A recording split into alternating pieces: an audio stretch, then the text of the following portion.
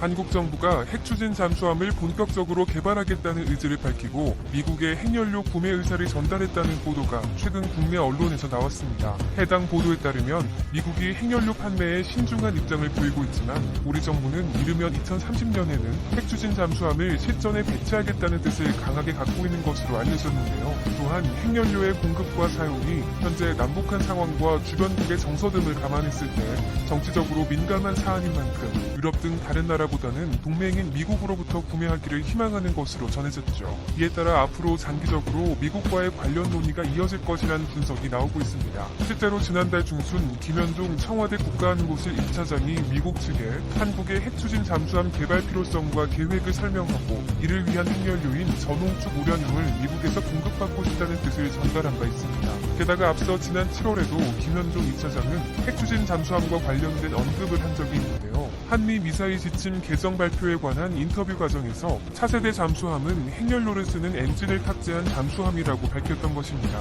이렇게 핵 추진 잠수함 도입이 사실상 추진되는 분위기로 굳어진 가운데 군 당국 역시 2025년까지의 국방 중기 계획에서 4,000톤급 잠수함의 핵 추진 가능성을 거론하기로 했습니다. 총 300조 원의 국방 예산이 투입되는 국방부의 중기 계획에서 나온 이야기인 만큼 문재인 정부 임기 내에 핵 추진 잠수함 도입이 공식화되는 게 아니냐는 전망까지 나오기도 했죠. 그렇다면 한국이 도입하게 될 핵 추진 잠수함은 어떤 모습을 갖추게 될까요? 우리 정부가 도입을 추진 중인 핵 추진 잠수함은 핵무기를 탑재한 전략 핵 잠수함과는 조금 다른 의미입니다. 우선 기존 재래식 잠수함의 경우 연료 공급을 위해서 수시로 수면 위로 올라와 축전지를 충전하고 연료를 공급받아야 하는 번거로움이 있습니다. 하지만 핵연료를 엔진 가동 공급원으로 사용하는 핵 추진 잠수함은 연료 공급을 위해서 물 위로 부상할 필요가 없이 수면 아래에서 적에게 노출되지 않은 채로 무제한 수중 작전이 가능하죠. 게다가 수중 잠항 속도 역시 시속 17km 수준인 경유 연료 잠수함에 비해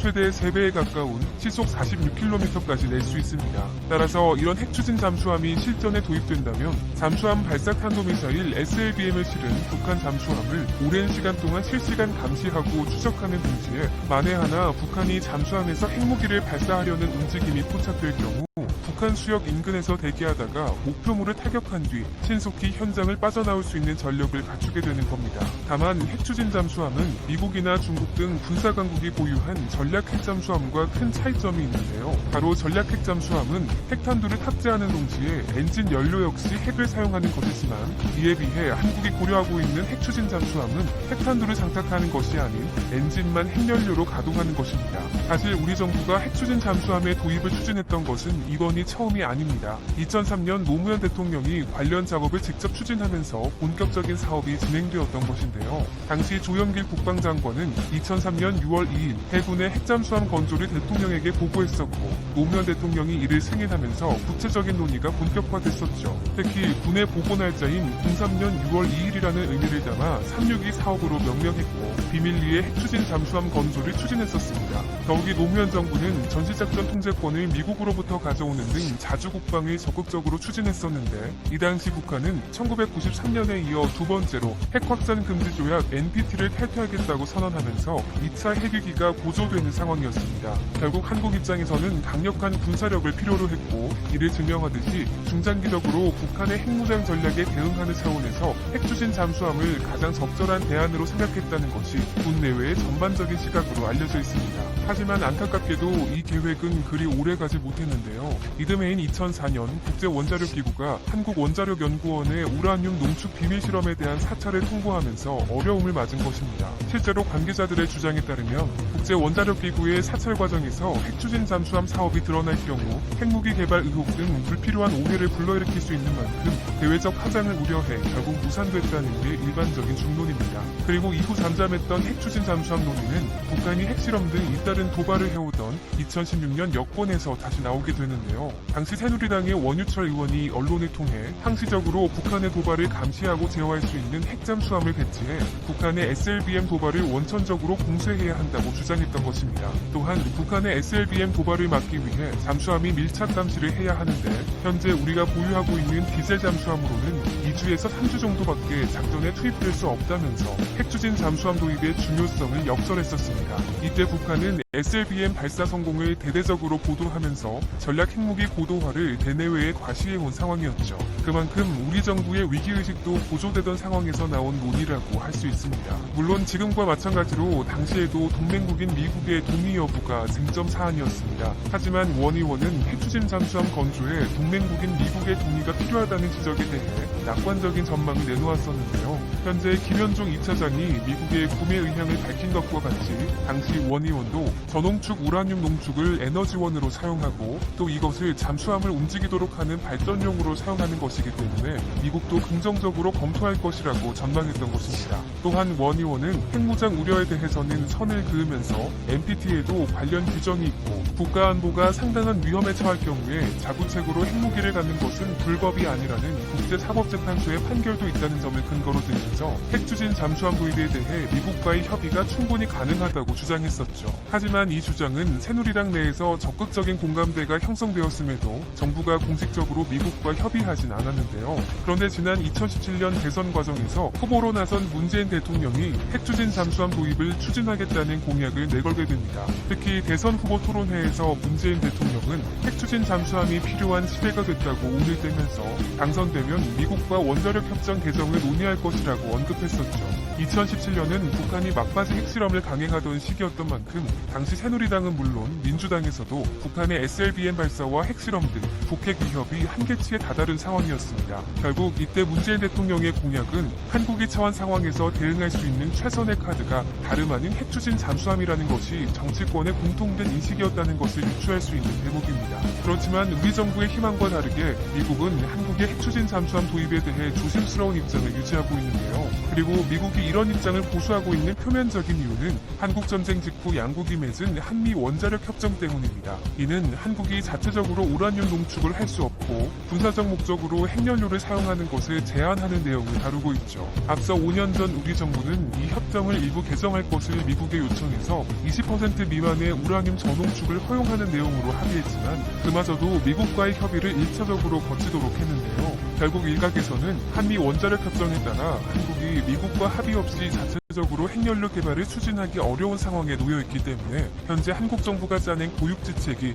바로 이번에 추진된 미국으로부터의 핵연료 수입이라는 분석을 내놓고 있습니다. 더욱이 미국이 원칙적인 입장을 보수하고 있는 이유에는 자국의 핵 비확산 원칙도 존재하는데요. 실제로 한 외교 소식통에 따르면 미국이 핵 비확산 원칙을 들어 군사적 목적의 핵잠수함 연료를 지금까지 그 어느 나라에도 판매 제공한 적이 없다는 이유로 한국의 요청을 수용하지 않았다고 알려왔습니다. 그러나 이에 대해서 우리 정부의 시각은 일단은 희망적입니다. 왜냐하면 미국이 언급한 핵 비확산 협정은 애초에 원자력의 평화적 이용에 대한 협정이기 때문에 원자력의 군사적 이용과 관련된 사안은 이 협정의 틀 안에서 아예 검토가 될 수 없다는 것이 우리 정부의 입장이라는 것이죠. 이에 따라 핵잠수함은 미국이 근거로 된 원자력 협정의 적용을 받지 않는다는 것이 한국 정부의 입장으로 전해지고 있는 가운데 미국이 같은 생각을 갖고 있을지는 일단 지켜봐야 할 것으로 보입니다. 따라서 앞으로 협상 과정이 길고 쉽지만은 않을 것으로 예상되는 가운데 현재 많은 전문가들은 한국이 핵잠수함 도입을 검토하고 있다는 것에 놀랍다는 반응을 내놓고 있는데요. 남북 평화 분위기를 강조해온 문재인 정부가 핵추진 잠수함 카드를 다시 한번 꺼내들었다는 것이 굉장히 의외라는 것입니다.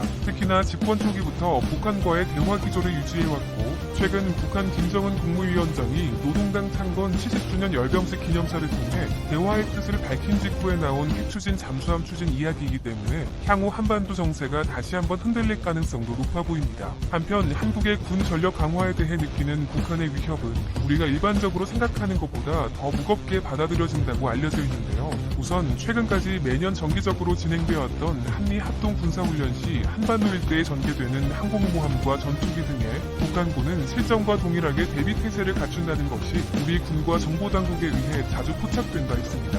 특히 이런 북한의 공포심이 가장 잘 드러났던 시기는 지난 2017년이죠. 이때는 북미 정상 간 대화 분위기가 나오기 1년여 전으로 김정은과 트럼프는 서로를 향해 막말을 쏟아내며 적대감이 극에 달해 있었습니다. 결국 당시 미국은 레이더에 잡히는 B-1 전략 폭격기와 F-15C 전투기 등을 동해 북방 한계선 이북으로 투입하게 되는데요. 야간에 한국 공군 F-15K의 엄호를 받는 미 공군의 B-1 전략 폭격기가 동해에서 공대지 순항 미사일 발사 연습을 한 뒤 휴전선 남쪽을 통과해 서해에서 같은 훈련을 하고 괌으로 돌아갔었죠. 이는 레이더망에 포착되지 않는 스텔스기를 전개한 것이 아니라 북의 레이더에서도 감지되는 폭격기를 동원한 일종의 무력 시위였습니다. 이에 따라 공포심이 극에 달한 김정은 위원장은 공식 석상의 모습을 드러내지 않고 평양 인근에 2주 동안 피신해 있었고, 이런 북한 내부 소식이 외신의 보도를 통해 나오기도 했습니다. 지금까지 북한은 군사적 위협이 거세질 때마다 그에 비례하는 강한 어조로 한국과 미국을 비난해 왔는데요. 특히 김정은 위원장의 사살 작전 이야기가 나오던 2017년에 북한은